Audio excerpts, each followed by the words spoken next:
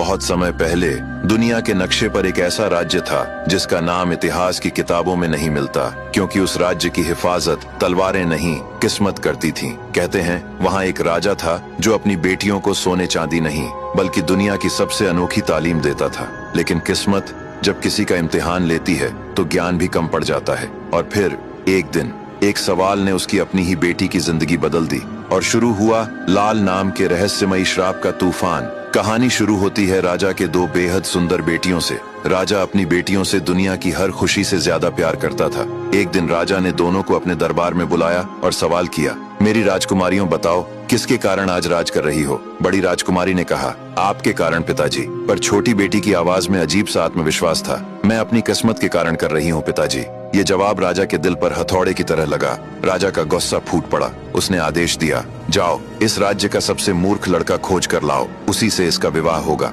मंत्री निकल पड़ा। एक लड़का उसी डाल पर बैठकर उसी डाल को काट रहा था। मंत्री ने उसे देखते ही पकड़ लिया। उसने राजा के सामने लड़के को पेश करते हुए कहा, महाराज इससे बड़ा मूर्ख कोई नहीं हो सकता। ये जिस डाल पर बैठा था उसी को काट रहा था। राजा ने देखा और समझ गया और छोटी बेटी की शादी उसी लड़के से कर दी गई।